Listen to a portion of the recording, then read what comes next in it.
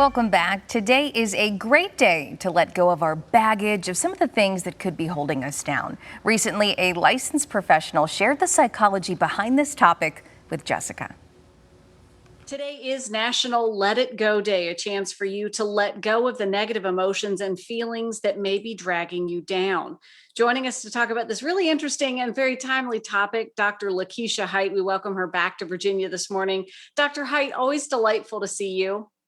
Thank you. Thank you so much, Jess, for having me again. This is so delightful for me.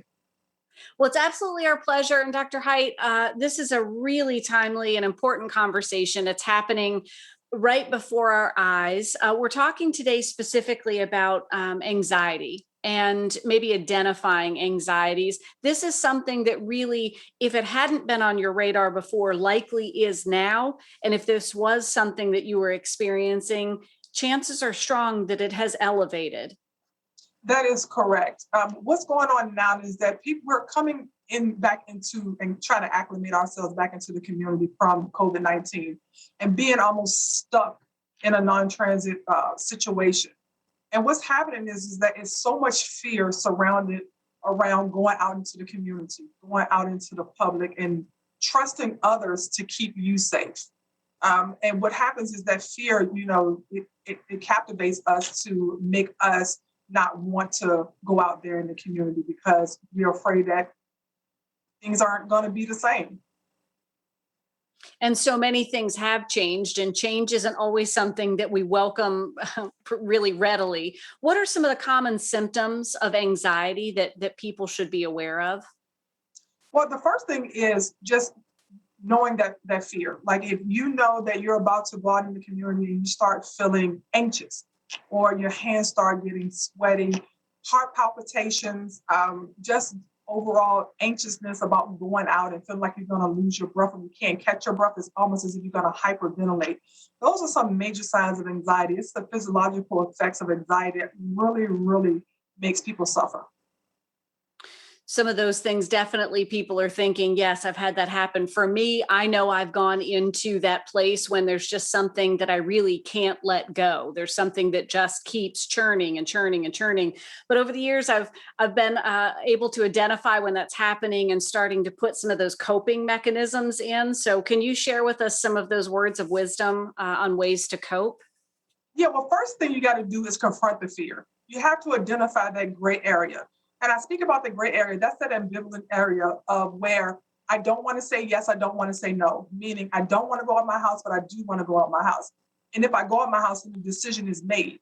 And people are fearful of making that decision because they don't know if they're going to contract things. They don't know if the people or the public are practicing safety with, still covering their face and being honest about their vaccination.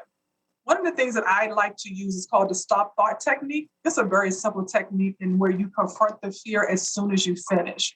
As soon as you see that, hey, all right, this is what is fearful to me, and this is what I'm going to do. And then you just say the word stop so you can confront what you're feeling at that time. And that can be more than half the battle, is to recognize it. And as you said, confront the situation right in front of you. Correct. But you got to do it with baby steps. With anxiety, because it can be so overwhelming at one time, you want to start slowly into the process. And once you realize that you're doing this with this fear, you say the word stop and you just think about a happy place. It only takes 17 seconds, honestly, to get out of that fearful, ambivalent state. But what happens is we become so comfortable with ambivalence because it doesn't make us make a decision. It's not black, it's not white, it's in between. And I'm safe with being in between because nothing is permanent. Dr. Hite, if you are able to wrap your arms around this and employ the stop and confront it and recognize it, that's one thing. When do you know that it's time to seek professional help, next level help to address anxiety issues? When you cannot control the fear. Once the fear becomes so debilitating that it causes you to stay stagnant of where you are. It causes you to not want to move forward. It causes you the fear and the inability to move forward. And also the desire, the motivation is no longer there. Coupled with the physiological effects that I just spoke about, heart palpitations, sweaty palms, hyperventilation, all of that when you start feeling those things. Dr. Height, thank you so much. It may be something that you're able to recognize yourself and be able to address and or take it to that next level. This is also really helpful for loved ones to be on the lookout and keep their eyes open for those near and around them who may need some help. We appreciate your insights. Thank you so much. Always get that help.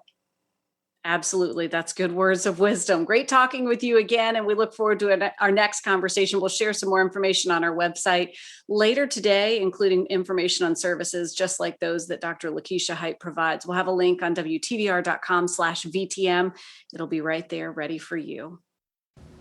Bill, that was an interesting conversation with Dr. Hite and Jessica. A lot to think about and, any time of year, but especially on Let It Go Day. Yeah, Let It Go Day. So I have a confession. Uh-oh. Okay. I had the completely wrong perception of what that was going to be about when I saw it was Let It Go Day. And it's it's one of my character flaws. I'm a grudge holder. Really? And I know I've heard it all my life that that's not good for you. You got to let that go. And it's just negative energy, and you're using all this energy to, hold that grudge and everything. And so I thought that's where we were going with this. And that's not what it was about at all. It was letting go of your fear of things. And that's a whole different thing. So right. I was like, oh, wait a minute. Oh, I'm actually going to learn something else today, which is the whole point, I guess. Yeah, so it helped you out. You got to learn a little something new. I think it's interesting. She talked a lot about, pandemic and COVID-19 related anxiety, but I think what she and Jessica talked about really translate through any part of your life. Well, but the pandemic is, such a huge part of our lives last year. I have actually now, at this point, been inside buildings around people with no mask on, and it just freaks me out still. And I don't have a mask on because I'm like, okay, I'm good. But it's awkward. It's kind of like when you meet a friend for lunch for the first time and you're so glad to see them.